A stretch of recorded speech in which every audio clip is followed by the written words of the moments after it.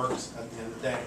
I was looking for a way a couple of years ago to maybe change the way we deliver education in the classroom, because there's certain classes that I teach where there's a lot of material to cover, and I just found that I did a little bit too much lecturing, and I really hated to do that. I wanted something that was a little bit more student-driven and really based on their interests. So I looked at a lot of different things, techniques, and I kind of centered around this whole concept of the flipped classroom. How many people have heard of that concept or might be using it? Okay, a couple people. I use it loosely, by the way. You know, the great thing about a lot of these techniques that are out there, you don't have to have a one-size-fits-all approach to them. I try and look at them and glean from them what's important and how I can use it, and I try and use it for me. But the basic concept is pretty simple. A typical classroom, which students would experience in many higher education institutions, students would come in, the educator, the guide has prepared all the materials, would then lecture for a period of time within class, and then students would be expected to follow up with some assignments outside of class, some homework. The flipped approach is really you do it kind of in reverse.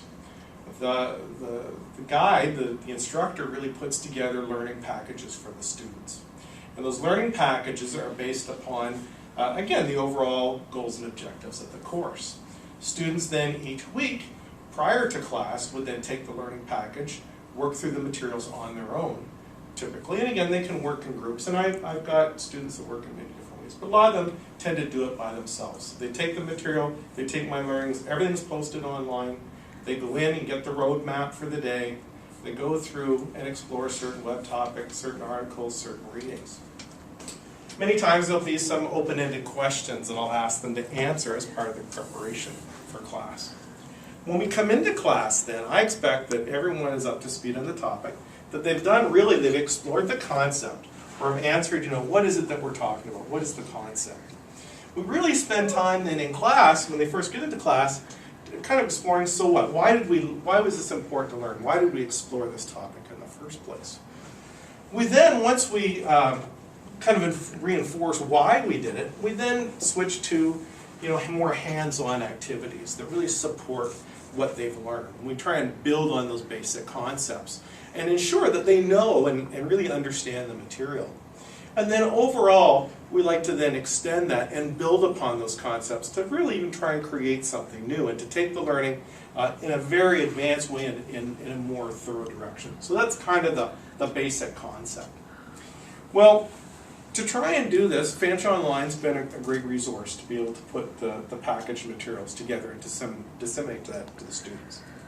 And again, when they're out of class, they have these weekly instructions, they complete the assignments, and then when they come into class, we basically do hands-on activities. And most of it, to be honest, is group work. So that's kind of the basic concept. So when you come into my typical class, you'd see students all separated in groups. The smallest class we have are usually 60 to 80 students. So we usually have about 20 groups working in a class. And I think our largest classes are around 200. So that's kind of the range of class sizes. And when you're doing in-class activities like this, especially if you're working in terms of team sizes of 4 people or 6 people, you've got 20 different teams. There's a lot of different work going on simultaneous in the classroom. Now I tried to do this without the support of technology. I tried to have these groups work on maybe some questions that I'd provided in class based upon what they learned. But it was really difficult to be able to kind of look at what each group was doing and really kind of stay in tune with what was happening in the classroom. So it just became kind of a bit of a logistics nightmare when you've got 20 different groups all working on the same stuff, all collaborating together in groups and try and, again, be able to participate in that conversation or even to hear that conversation that they're having. And that's really where Google Docs really have come into play. So I guess I'm sure that I was sure coming in today that people wouldn't have, maybe not everyone had used Google Docs or at least even had some understanding of the tool. So I did want to spend a couple minutes and just talk about Google Docs, and then I'll talk specifically about how I use it in my particular classroom. So Google Docs, again, it's an easy-to-use online word processor, spreadsheet, presentation tool, and much more. So basically, if you're used to Microsoft Office, you would normally run Microsoft Office on your laptop or on your desktop, and all the tools would be local. And in Microsoft Office, again, it's a word processor, there's a spreadsheet tool, presentation tool, a drawing tool, and some other tools as well. Google Docs, the beauty of Google Docs, what they've done is they've taken that same capability and they put it online through a web browser. And that's the beauty of Google Docs.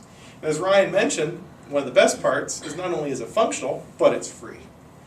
Now, you've got to imagine when you're using a free tool, it might not have every bell and whistle that something like Microsoft Office would have. But I think you'd be actually surprised at how functional these tools are. The biggest thing that I like is that whole collaboration component to it. And I'll talk a little bit about that. I've got one or two little videos to show as well. A recent change in the Google Docs environment was this whole notion of a thing called the Google Drive. So the first version of the Google Docs was they provided all these office automation tools and made them available through a web browser. Now they've supplemented Google Docs with a thing called Google Drive. Has anybody used Dropbox, by the way? You're familiar with Dropbox? If you have Dropbox, it's basically Dropbox, but it's from Google. So what Dropbox is it really allows you to take the documents and things that you create with Google Docs and store them online. And that's the beauty of it. And not only does it store it online, but when you use Google Drive, you can choose whether to go to a web browser to get access to the documents, or you can use it as a folder right on your desktop. So it looks as if the files are actually local. So I'm going to give you actually a demo of not only Google Docs, but I'll show you Google Drive as well. So let me start there. The other thing that's kind of neat about Google Drive is it will actually synchronize all your files. So when you actually, if you're on your laptop and you add a file to Google Docs or Google Drive, it will then synchronize it to all your devices. And I got to tell you, I do have kind of a bag, that's about the size of that one in the back of the room because I have 2 laptops, a tablet, a phone with me. And again, I want all the files synced on every device. And the other thing that Google Drive does is do that as well. So I'm going to go look at really Google Docs first and kind of look at the initial interface for it. And when you open up Google Docs, this is kind of the main interface for Google Docs. It shows you a list of all the files that you have and all the folders you have. And it has a button for you to create new documents. And again, I can just simply go in here and I can create a document, a presentation, a spreadsheet, a form, a drawing, folders. They also have templates as well. So if you've got kind of a standard business thing you want to do, you want to create a form letter or something, there's lots of templates available for it. So the interface is very easy. To create a new document, you're just going to simply create the document, and it opens it up. And again, it's like any other word processor that you might have, which is great. The interesting thing, and for me, there's really 2 parts to this that I like a lot. One is the automatic save feature. When you work on these documents, particularly when you're online with a document, the internet connection might go down, so I like that every time I pause, it'll actually save a new version of the document, which is great. The other thing that I can do, and this is really where it comes into my flipped classroom, is that when I have the students break up into teams, and I give them their activities to do in class, and they're working in a group, one student in the group will create this Google Doc. They'll then share it then with all the students in their group, and they'll also share the document with me. So all the group members have access to the document and can modify the document, but I can actually access that document as well. Now, when you do share it with other students, I want to show you a little video as to what happens when you have a shared document online. And again, it's a minute long, so hopefully it won't bore you. It is an ad for Google, so it's just kind of comes with the territory a little bit. Students, when they log into this, their cursor appears with their name. So as they start typing in the document, if I actually log in, or another student logs in, I can see Brett's input, I can see Vivian's, I can see what Chris is typing. We can make corrections to each other's work.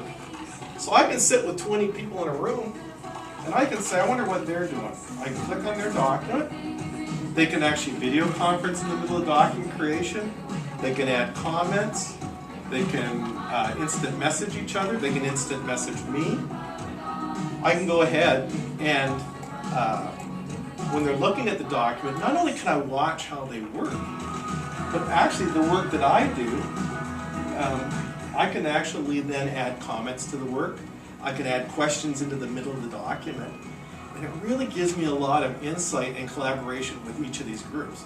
I don't have to leave the comfort of my desk. I can sit at one place in the room, and I can really quickly go and look at what each of these groups are doing. And the funny thing about what I've noticed is that when I'm using a tool like this to see what they're doing, they don't change their behavior. Students many times, as with many people, when they're being watched, they'll change their behavior. So when I come over to a group physically, they'll stop playing a game. Well, some of them will. But it's very common that, again, once they know they're being watched, they all sit up, they do their work, and then when I turn around and walk away, well, all mayhem breaks out. So it's, again, the tool really helps me in that way.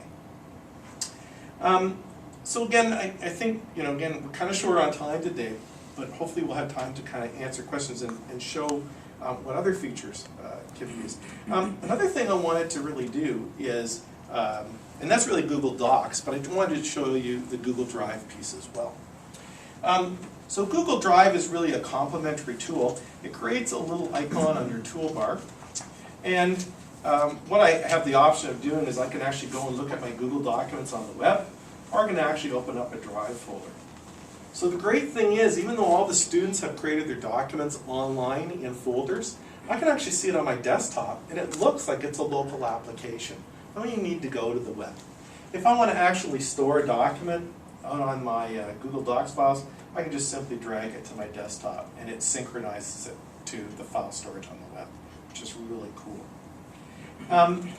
Again, trying to sometimes work through a web application, they're a little bit rough sometimes, but I find that by using the Google Drive, it's a nice refined interface, and it's one that everybody's familiar with.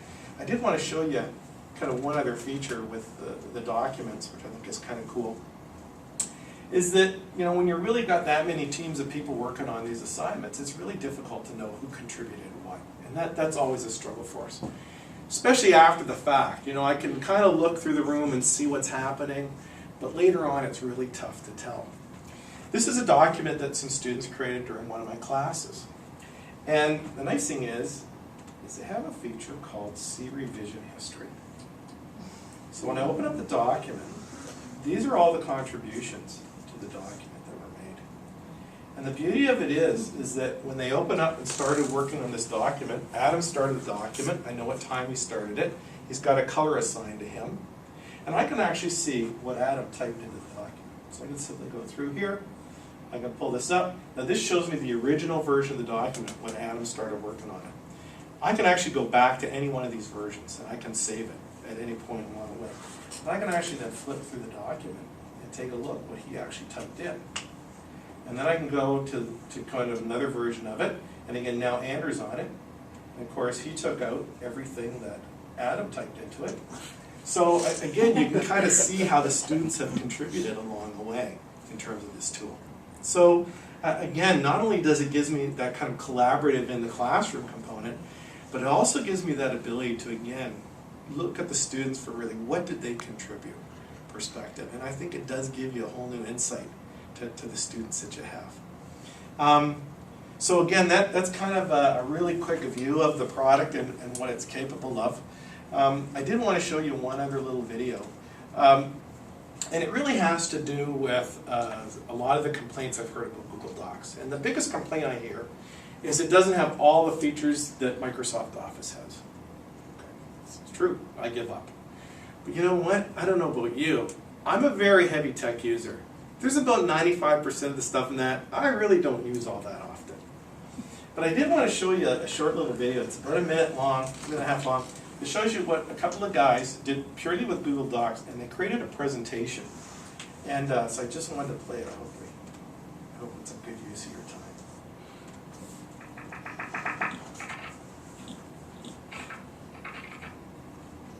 This was created by 3 guys in a couple of days using the presentation tool alone. Again, they're showing how you can collaborate on it. There's some drawing tools. So of course they've sped it up to give you an idea of what can be done. and they'll actually show you the finished product.